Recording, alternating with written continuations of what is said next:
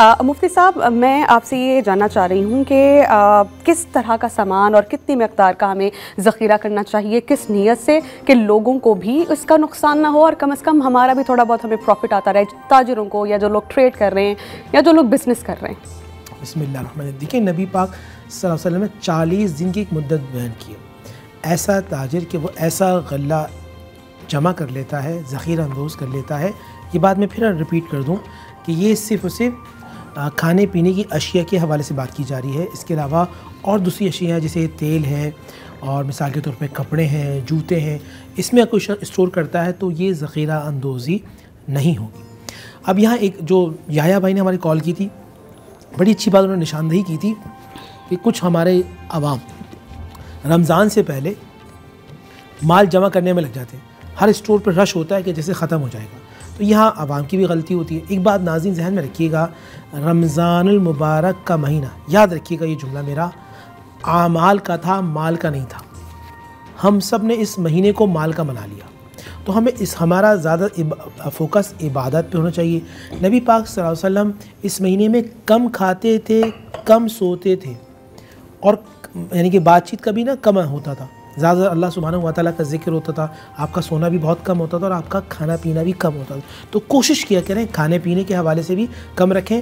और रहा ताजरों के हवाले से, तो अगर कोई समझते हैं कि वो जमा करने ताकि अपनी दुकान को और कारोबार को बढ़ाएं, लेकिन नीयत उनकी इस तरह स्टोर करने की नहीं है कि माल जमा करके वो प्राइस को इंक्रीज़ करेंगे, तो फिर वो गुनाहगारियों की निशानी मिलती है।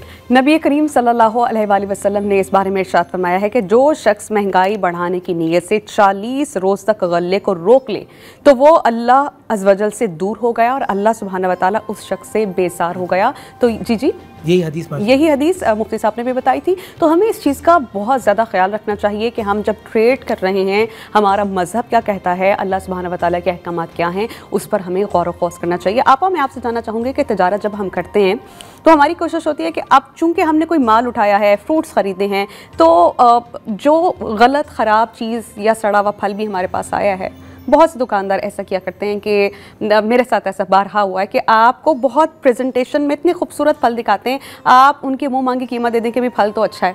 अब आप उनकी सेटिंग फ्रूट की इस तरह से की हुई होती है कि 2-4 अच्छे फल और चूँकि नीचे उनको पता है कि कहाँ पे क्या ख़राब फल है, वो भी इसमें ऐड कर देंगे। तो जो शख्स इस तरह से कमाई करे या साफ़ चीज़ दिखा के गलत चीज़ दे दे या ऐब छुपा ले अपने माल का, तो ऐसे बारे में क्या वईद है उस शख्स के बारे में कि कीमत तो पूरी वसूल कर रहा है लेकिन प्रोडक्ट आपको ख़राब दे रहा है। हुज़ूर नबी करीम सल्लल्लाहु अलैहि वसल्लम की तालीमात में सबसे ज़्यादा ताजिर की हैसियत से हमें वो तालीमात नज़र आती हैं, इसलिए कि आका सल्लल्लाहु अलैहि वसल्लम ने तिजारत भी की है।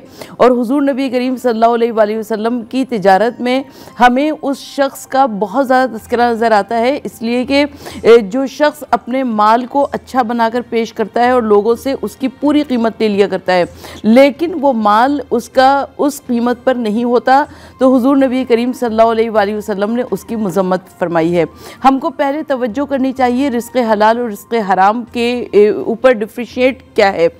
हम जब रिज़्क़ हलाल और रिज़्क़ हराम पर बात करते हैं तो क्योंकि लोगों के अंदर रिज़्क़ हराम से बचने के लिए कोई इस तरह का हमें सूरत हाल नज़र नहीं आती, इसकी बिना पर हमको देखते हैं कि लोग रिज़्क़ हराम से बचते ही नहीं हैं और उनको रिज़्क़ हराम से उतने ही बचने की ज़रूरत है कि जितनी कि अल्लाह रब्बुल इज़्ज़त ने हम सबको ताकीद फरमाई है। हदीस भी है कि लोगों पर एक ऐसा ज़माना भी आएगा जब आदमी इस चीज़ की परवाह ही नहीं करेगा कि जो कुछ वो हासिल कर रहा है वो हराम ज़रिए से है या हराम ज़रिए है तो ज़रिए से है। इस चीज़ की तफरीक हमें करके ही इस मुआशरे में रहना है। मुफ्ती नूर रहमानी साहब, बसा औक़ात ऐसा होता है कि नाप तोल में कमी कर दी जाती है। मिसाल के तौर पर वेट्स की सेटिंग इस तरह से कर दी जाती है, वेदर वो डिजिटल्स हैं या मैनुअल हैं, उनकी सेटिंग इस तरह से कर दी जाती है, आप बज़ाहिर 2 किलो चीज़ ले रहे हैं लेकिन आपको शायद 2.25 किलो या 1.5 किलो मिलेगी।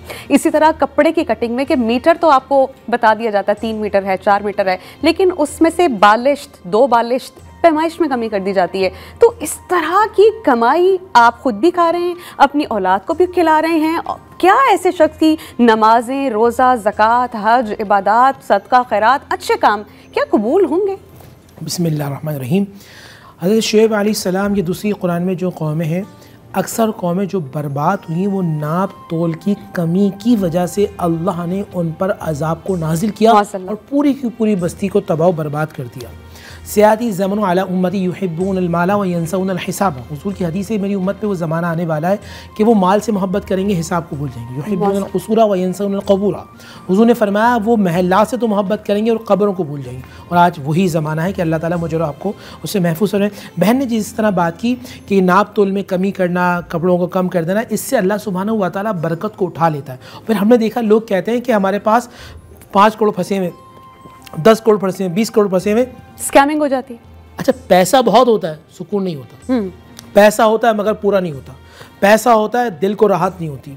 और फिर आप ये जहन में रखिएगा, नबी अलैहिस्सलाम फरमाइए, हदीस रसूल है कि एक शख्स या रब्बी या रब्बी या रब्बी कह रहा है, हाथ उठा के अल्लाह की बात दुआ कर रहा है, या रब्बी या रब्बी, उसका कपड़ा हराम का है, उसके मुंह में जो लुक़मा है वो हराम का है, उसका गोश्त पोस्ट वो हराम का है, तो अल्लाह ताला ऐसी दुआओं को कबूल नहीं फरमाता।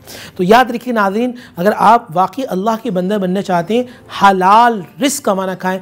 जो हलाल रिस्क खाता है अल्लाह सुब्हानहू व तआला उसको इबादत का ज़ौक़ और शौक़ और इबादत की मारिफत और इबादत में नूर अता फरमाता, फिर उसका दिल बैतुल्लाह बन जाता है, अल्लाह की रहमतों का मरकज़ बन जाता है।